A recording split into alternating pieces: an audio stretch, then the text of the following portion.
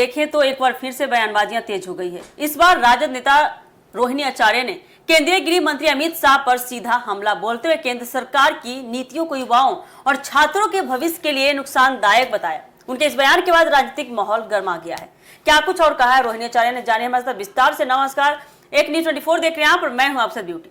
लालू प्रसाद यादव की पुत्री और राष्ट्रीय जनता दल यानी कि आरजेडी की नेता रोहिणी आचार्य ने केंद्रीय गृह मंत्री अमित शाह पर तीखा राजनीतिक हमला बोला। उन्होंने सोशल मीडिया प्लेटफॉर्म एक्स के जरिए पोस्ट साझा करते हुए केंद्र सरकार पर छात्रों और युवाओं के भविष्य को देखते हुए उनके साथ खिलवाड़ करने का आरोप भी लगाया है।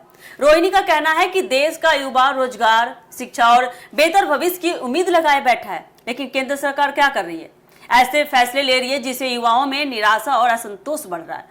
अपने पोस्ट के जरिए रोहिणी आचार्य ने आरोप लगाते हुए कहा है कि केंद्र सरकार युवाओं की समस्याओं का समाधान करने के बजाय उन्हें डराने, धमकाने, दबाव में रखने की राजनीति कर रही है।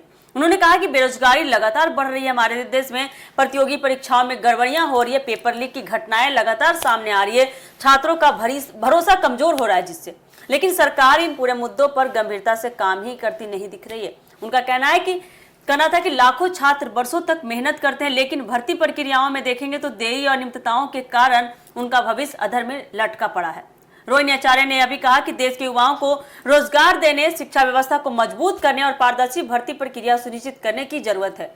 उनके मुताबिक सरकार को ऐसे कदम उठाने चाहिए जिससे युवाओं को अवसर मिले, ना कि ऐसी परिस्थितियां पैदा हो जिनसे उनका आत्मविश्वास टूटे।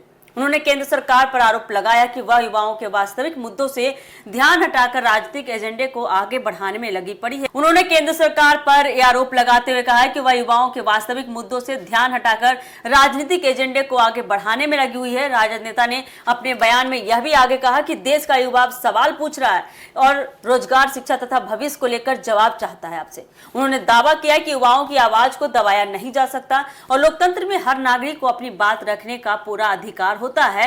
रोहिणी ने कहा कि सरकार को आलोचना से घबराने के बजाय युवाओं की समस्याओं का समाधान करना चाहिए। रोहिणी आचार्य के इस बयान के बाद राजनीतिक गलियारों में चर्चा तेज हो गई है। विपक्ष इसे युवाओं के मुद्दों को लेकर सरकार पर दबाव बनाने की कोशिश मान रहा है, जबकि भाजपा की ओर से देखेंगे तो इस बयान पर प्रतिक्रिया आने की संभावना जताई जा रही है। आने वाले दिनों में इस मुद्दे पर दोनों दलों के बीच बयानबाजियां तेज हो सकती है और भी तेज होने की आशंका है। हाल के समय में देखें तो रोजगार, प्रतियोगी परीक्षाओं और छात्रों से जुड़े मुद्दे लगातार राजनीतिक बहस का विषय बना हुआ है। ऐसे में रोहिणी आचार्य का यह बयान भी उसी कड़ी का एक हिस्सा माना जा रहा है। अब सबकी नजर इस बात पर टिकी हुई है कि भाजपा इस आरोप का क्या जवाब देती है और केंद्र सरकार युवाओं से जुड़े मुद्दों पर क्या रुख अपनाती है। फिलहाल रोहिणी आचार्य की टिप्पणी ने बिहार से लेकर राष्ट्रीय राजनीति तक नई बहस को जन्म दे दिया है। तो आने वाले समय में वाकई में देखना काफी दिलचस्प होने वाला कि जिस तरह से रोहिणी आचार्य ने पूरे सरकार पर, केंद्र सरकार पर हमला बोला अपने शब्दों के जरिए, जैसा कि सूत्रों के हवाले से निकल कर आ रहा है, इसके बाद से बीजेपी की तरफ से, केंद्र सरकार की तरफ से क्या प्रतिक्रियाएं आती है, क्या कुछ इस मामले में और मोड़ लेता है, तो क्या कुछ अपडेट आता है हम आपको अपने चैनल के माध्यम से देते रहेंगे। फिलहाल के लिए दीजिएगा इजाजत, धन्यवाद।